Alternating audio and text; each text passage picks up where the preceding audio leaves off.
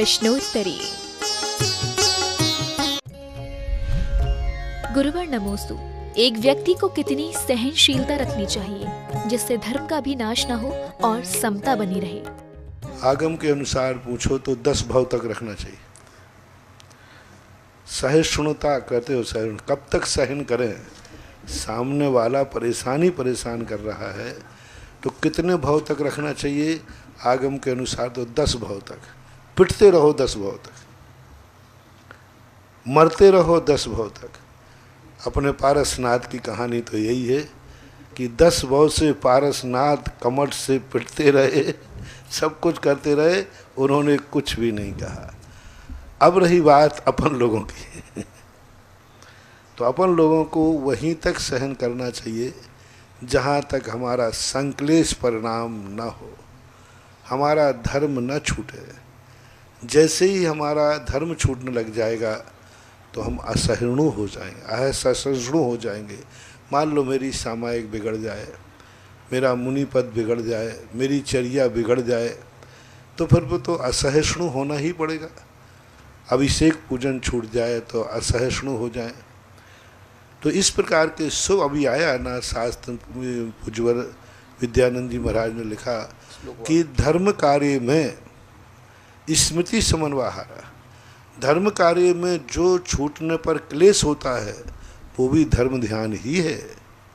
इसलिए अपनी क्षमता के अनुसार अच्छे कार्यों में असहिष्णुता आना ठीक है, बुरे कार्यों में हम जितने सहिष्णु हो सकें वो अपनी अपनी क्षमता के अनुसार है। बस इतने असहिष्णु मत हो जाना कि तुम स्वयं का भी अहित कर लो।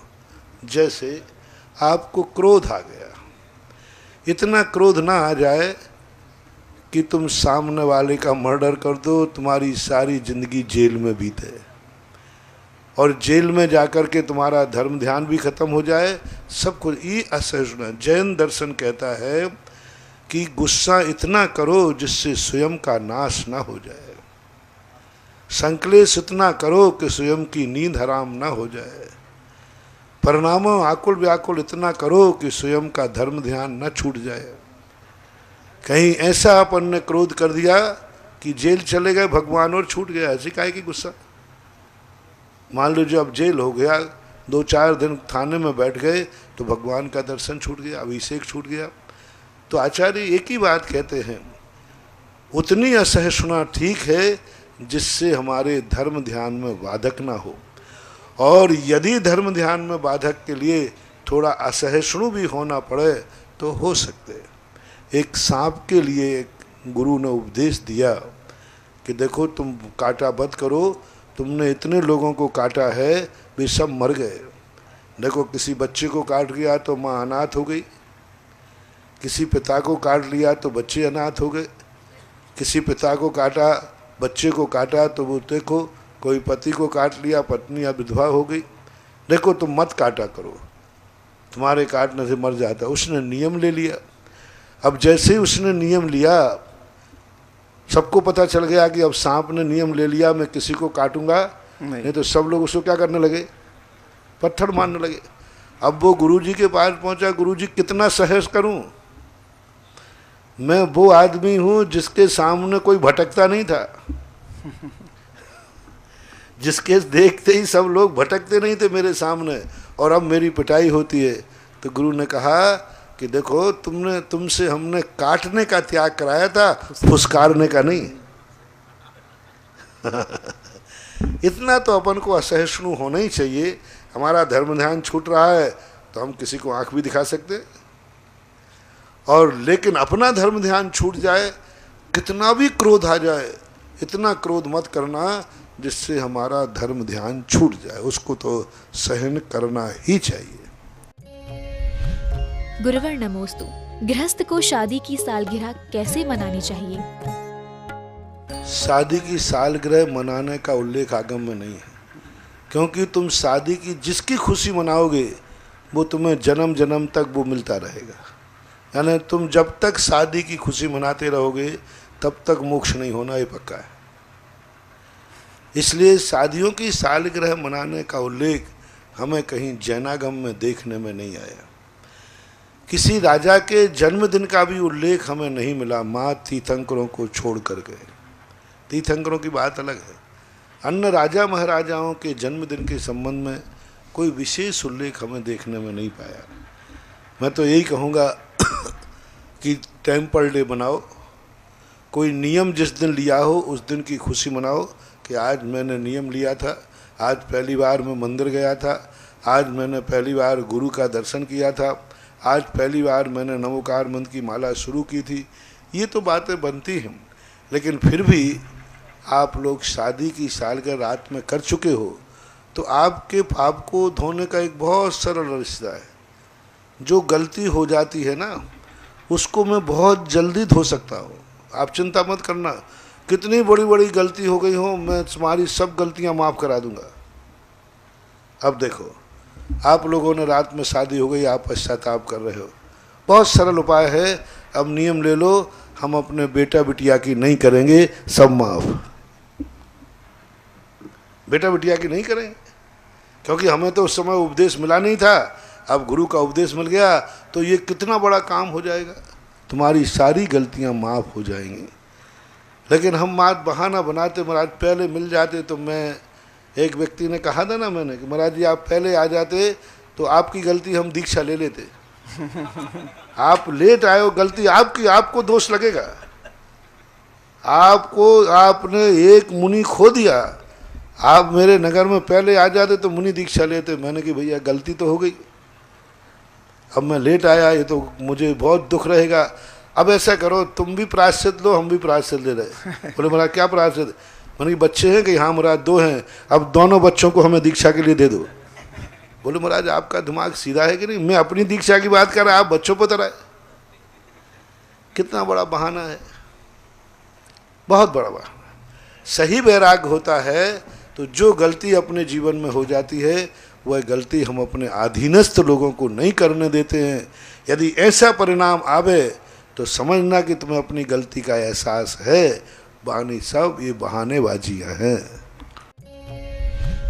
गुरुवर नमोस्तु। भारत से बाहर जाकर नौकरी करने का एकमात्र कारण है कि वहाँ गुणों के आधार पर चुना जाता है और भारत में आरक्षण के कारण योग्य भारतीय नौकरी से वंचित रहते हैं। तो ऐसे में बाहर न जाएं तो क्या करें? आपके प्रश्न में बहुत कुछ वजन है कि जो सवर्ण वाले लोग हैं, क्योंकि सवर्ण वालों में पूर्व भव के कर्म लेकर के भी बुद्धि लेके आए, पढ़ने से ही बुद्धि नहीं बढ़ती। वो सवर्णों में पैदा हुआ है तो हमारे कर्म सिद्धांत से वो पूर्वभाव का पुण्य लेके आया है, उसको वैसे वातावरण मिलते हैं। तो जो विधेय क्षेत्र वो अच्छी बुद्धि वाले हैं वो ऐसी बुद्धि प्राप्त करते, उनको सब विदेश ले जा रहे हैं। आज सबसे ज़्यादा सवर्ण लोग विदेशों को समृद्ध कर रहे हैं, वैज्ञानिक बने हैं अच्छे। जितने मैंने एक दिन कहा था ना कि अच्छे डॉक्टर तो विदेश ले जा रहे हैं, अच्छे इंजीनियर विदेश में जा रहे हैं। जो प्रतिभाएं अच्छी हैं वे तो सब विदेशी कंपनियां ले जाती है, स्कूल से उठा के ले। यहाँ तो सब गधा ही गधा बचना है, रिजेक्टेड माल। आप जो भी बच्चे अच्छे नंबर लेता है कंपनियां वहीं से जाकर, और आप जा रहे। आप देखो ऐसा विश्व का एक भी शायद ही कोई देश हो, कोई एक आध छोड़ करके, जहाँ भारतीय लोग वहाँ ना हो और अपनी योग्यता दे रहे हैं बड़े बड़े पोस्टों पर। अमेरिका जैसा व्यक्ति थर्रा रहा है कि यही हाल रहा तो एक दिन अमेरिका की हर पोस्ट पर, हर अच्छी पोस्ट पर भारतीय व्यक्ति की कब्जा होगा, अमेरिका बोल रहा है। तो अच्छे सब वहाँ जा रहे हैं क्योंकि यहाँ तो अच्छे लोगों की कीमत है नहीं। यहाँ आरक्षण के कारण 35%, 40% में लोगों को भर्ती कर लिया जाएगा। जो अच्छे सवर्ण लोग बुद्धिमान हैं उनको यहाँ ना नौकरी है ना कोई पोस्ट है, इसलिए मजबूर होकर के अच्छे लोग बाहर जा रहे हैं। इस पर राष्ट्रीय विचारधारा वाले लोगों को सोचना चाहिए, विचार करना चाहिए, अन्यथा सारी अच्छी अच्छी प्रतिभाएं 95, 80 नंबर, 90 नंबर लेने वाले विदेश चले जाएंगे। भारत की हर सीट पर 35 और 45 नंबर वाले लोग रह जाएंगे, फिर देश का क्या होगा? यह बहुत बड़ा विचारणीय है। इस पर बहुत अच्छा प्रश्न है, इस पर राजनीति राष्ट्र के लोगों को सोचना चाहिए। गुरुवर नमोस्तु। आचार्य श्री विद्यासागर जी महाराज के आशीर्वाद से हथकरघा उद्योग जगह जगह चल रहे हैं, तो खादी पहनने में कितना लाभ है? बहुत अच्छी तरह देना चाहिए, क्योंकि आज आप लोगों को कपड़े वगैरह भी इसलिए पहनना चाहिए क्योंकि आप लोगों का जो धन है, जो आप कपड़ा पहन रहे हैं, आप मोबाइल खरीद रहे हैं, आप सब जैनियों को आचार्य श्री की बहुत दूरदृष्टि है। आप जितना विदेशी माल खरीद रहे हैं, हमें विदेशी माल से कोई एलर्जी नहीं है। विदेशी में भी तो मनुष्य है, हम तो साधु है, वसुदेव कुटुंबकम। चाहे पैसा अपना विदेश में जा रहा है, वहाँ भी इंसान है, कोई बाधा नहीं है। लेकिन बाधा ये है कि यहाँ का पैसा जितना आप विदेशियों का माल खरीदते हैं, वो पैसा वहाँ जाता है, उस पैसे से वो मांसाहार करते हैं, मुर्गे अंडे काटते हैं। आप शाम को जाकर एक नेपाली के यहाँ से शाम को एक कपड़े का गर्म कपड़ों की दुकानें लगती ना, हाँ लगती। आप वहाँ से जाकर के एक स्वेटर खरीद लाए, आपके 2 रुपये कम लगे होंगे, 10 रुपये कम लगे होंगे, और आप 500 रुपये का स्वेटर खरीदा, शायद देसी खरीदते तो वो 500 के स्थान पर 700 लगते, 600 लगते। 100 रुपये की बचत के कारण आप 500 रुपये की उस नेपाली से खरीदा, वो 500 रुपये में जो उसने 50 रुपये बचाए, शाम को उसने मुर्गी को लेकर के भोजन बनाया, अंडे खाए। ये आपके पैसे से उसने मुर्गा खाया, अंडे खाए। आप पहले ये पूछिए उस नेपाली से, क्या मांसाहार का त्याग है? मुझे नेपाली से कोई द्वेष नहीं है, मुझे द्वेष है मांसाहार से। माल लेने में अमेरिका से लो, विदेश से लो, पाकिस्तान से लो, सबसे लो, पर मांसाहारियों से मत लो। वो तुम्हारे पैसे पे मांसाहार कर रहे हैं। तुमने चाइना का सबसे बड़ा व्यापार जैनी चाइना का है, और भारत में सबसे ज़्यादा चाइना का उपयोग जैनी कर रहे हैं। हर चीज़ में ऐसा एक भी घर नहीं है जैनी का जिसके घर में कोई चाइना की वस्तु, एक आध दो अपवाद छोड़ देना, और वो सारा पैसा चाइना जा रहा है, और टोटल चाइना शराबी और मांसाहारी है तुम्हारे पैसे से। आचार्य श्री का ये सोच है कि तुम्हारा उपभोक्ता हो, तुम भली भाई ये नहीं करते, आपके बल पर वो कर रहे हैं, तो ऐसी दुकानों से ऐसे माल को मत खरीदो जो मांसाहारी हो। मैं स्कूल के संबंध में भी कहा, उन स्कूलों में बच्चों को मत पढ़ाओ जिन स्कूलों का मैनेजमेंट मांसाहारी है। आप उस स्कूल में पढ़ाते हैं कॉन्वेंट आदि में, और वो जो पैसा साल भर इकट्ठा होता है, उस मैनेजमेंट करने वाले प्रोफेशनल होते हैं, और वे जब अपनी बारात आती, बिटिया की शादी होती है, तो स्कूल के कमाई जो की है उससे सैकड़ों मुर्गे कटते हैं, और उसमें पैसा जैनियों का सबसे ज़्यादा है। इसलिए पहले स्कूल में भर्ती होने के पहले पूछो कि मैनेजमेंट मेरे बच्चे की फीस से कहीं ये मैनेजमेंट मांसाहार तो नहीं करेगा। आप फीस दे के आते हो, सुबह में दोपहर में जो डिनर होता है, सारे टीचर मैनेजमेंट बैठकर मांसाहार करते हैं, और आप तो मात। तो इसलिए आचार्य श्री का ये सोच है कि आप लोग, मेरा भी यही सोच है, कम से कम आप अपनी कमाई को ऐसे लोगों के हाथों में मत जाने दो जो मांसाहारी हो। और दूसरा अल्टरनेट है, आपको दूसरा कपड़ा आप पहन सकते हैं। इसलिए उन्होंने हाथ करके चलाया कि देश का पैसा देश में रहे, और जैनी का पैसा अहिंसक के हाथ में रहे, हिंसक के हाथ में ना जा पाए। ये मूल उद्देश्य होना चाहिए। गुरुवर नमोस्तु। तीर्थ क्षेत्र की कमेटी अगर भ्रष्ट हो तो क्या हम उस तीर्थ क्षेत्र की जगह अन्य मंदिरों में दान कर सकते हैं या नहीं? कोई देखो, हवा उड़ाना अलग चीज़ है और प्रूफ सिद्ध करना अलग चीज़ है। हवाएं तो तुम किसी का भी उड़ा सकते। देश में आजकल बहुत घोटाले चल रहे हैं, तो किसके साथ चल रहे हैं? आप FIR दर्ज कराइए ना। आपको यदि किस क्षेत्र पर ऐसा घोटाला हो रहा बताइए तो सही। मैं लोगों से पूछता हूं कि बताइए आपके पास प्रमाण क्या है। यदि प्रमाण है तो अपन वहाँ की समाज से एक्शन लेंगे। मैं खुद पूछ करके उनकी समाज से एक्शन ले सकता हूँ, लेकिन आपके पास प्रमाण है। यूँ हवा उड़ा देना 30 क्षेत्रों पर घोटाले होते। कहाँ हो रहे हैं घोटाले? पूरी कमेटी बैठती है, पूरा कमेटी निर्णय करती है, और पूरी कमेटी की व्यवस्थाएँ हैं। मेरी दृष्टि से तो कहीं ऐसी गड़बड़ नहीं होती। और जो 1-2% कहीं ऐसी बातें आती हैं, तो ऐसी कौन सी सड़क है जिस सड़क पर किसी का एक्सीडेंट नहीं होता हो? एक सड़क बताओ जिस पर कहीं एक्सीडेंट ना हो। एक सड़क बताओ, एक गाड़ी बताओ जो दुनिया में आज तक बनी हो जिसमें ये नियम हो कि इसका कभी एक्सीडेंट नहीं होगा। ऐसी कौन सी गाड़ी है जिसमें स्टेपना नहीं है? स्टेपनी नहीं है, सब जहाँ रास्ता है वहाँ दुर्घटना भी है। 1% क्या 0.1% कभी कोई घटना, कभी सालों में कई क्षेत्रों के बाद कभी कोई एकाध ऐसी घटनाएं घटनी। मैं आज कम से कम 35-40 साल से समाज के बीच में हूँ, कभी कुछ कजाते कुछ क्षेत्रों पर कभी ऐसी, वो भी जब उसकी खोज की गई तो उसके रहस्य अलग ही पाए गए। तो ऐसी घटनाएं घटती हैं। कभी 1% एक्सीडेंट को देखकर क्या आप रोड पर चलना बंद कर देते?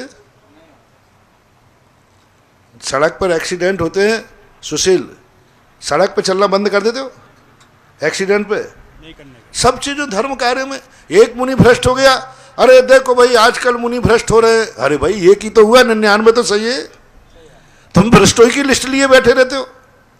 अरे 1 सैकड़ों में कोई एक भ्रष्ट हुआ, 99 सही है। सैकड़ों गाड़ी सही निकल रही, एक का एक्सीडेंट हो गया। कभी कुछित कदाचित ही होता है, ऐसा संदेह मत करो, ऐसी हवाएं मत उड़ाओ। 90% आज हमारे तीर्थ क्षेत्रों की जितनी भी कमेटियां हैं, सब बेचारे बिना वेतन के, बिना सहयोग के काम कर रही हैं। अब उसमें देखो, मैंने पहले ही कहा, 1-8% को ही दुर्घटनाएं होती हैं, उनको नकार नहीं सकते। अंबेडकर ने लिखा अंत में कि यदि पूरे सांसद मिलकर के देश को यदि बेच देवें तो पूरे मिलकर 100%, तो उन्होंने कहा इट में भी पॉसिबल है। मालिक का मालिक कौन? सारे लोग मिल गए, उसका कोई उत्तर ही नहीं है। पर कदापि ऐसा संदेह मत करो, आज भी तीर्थ क्षेत्रों पर काम हो रहे हैं और तीर्थ क्षेत्रों में ऐसी व्यवस्थाएं हो रही हैं। आज देखिए ज्ञानोदय तीर्थ क्षेत्र को देख लीजिए, आज पूरी कमेटी शाम को जब सोती है, जब शाम को सारी रोकड़ मिला करके यहाँ से जाते हैं। एक एक पाई का 5 मिनट लगना है, आप हर चीज का बुझे। अब भूल चूक तो लेनी देनी होती है, मानव है, कर्मचारी काम करते हैं।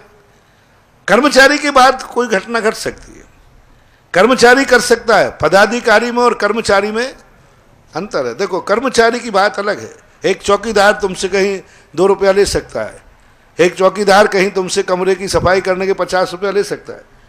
कर्मचारी में और कमेटी के पदाधिकारी में अंतर है। कर्मचारी के संबंध में मैं कोई क्लीन चिट नहीं दूंगा, लेकिन आज हमारी कमेटियों के संबंध में सारे भारत में जैन मंदिर, जैन तीर्थों की कमेटियां जितनी पारदर्शी हैं, इतनी पारदर्शी ना तो राजनीति है और ना तुम्हारा घर है।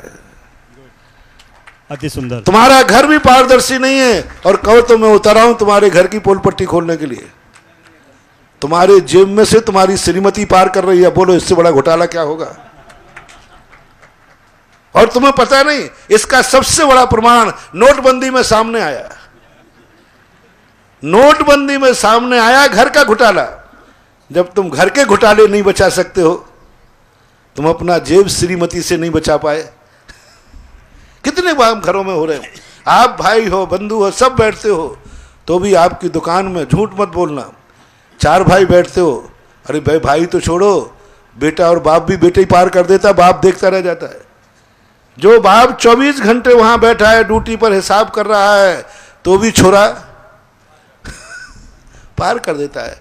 तो ये दुर्घटनाएं कहता थे महानुभाव, दुर्घटनाओं को देख करके हम अच्छी घटनाओं को अनदेखी ना करें, ऐसी हवा उड़ा करके लोगों के दिमाग खराब ना करें।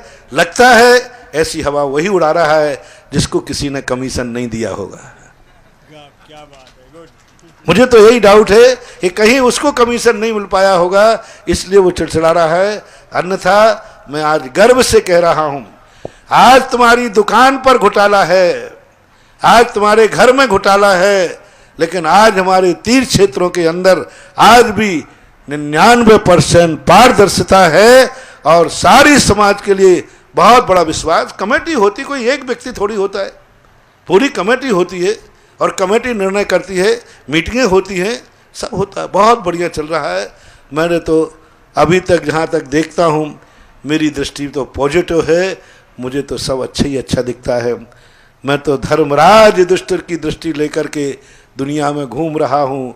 अब तुम्हारी दृष्टि दुर्योधन की है, तो मैं क्या करूँ?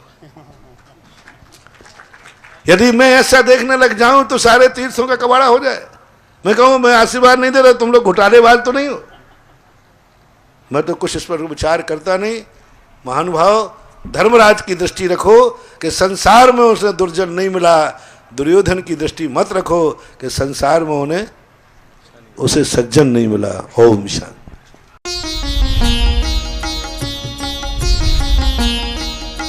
सुधा प्रश्नोत्तरी।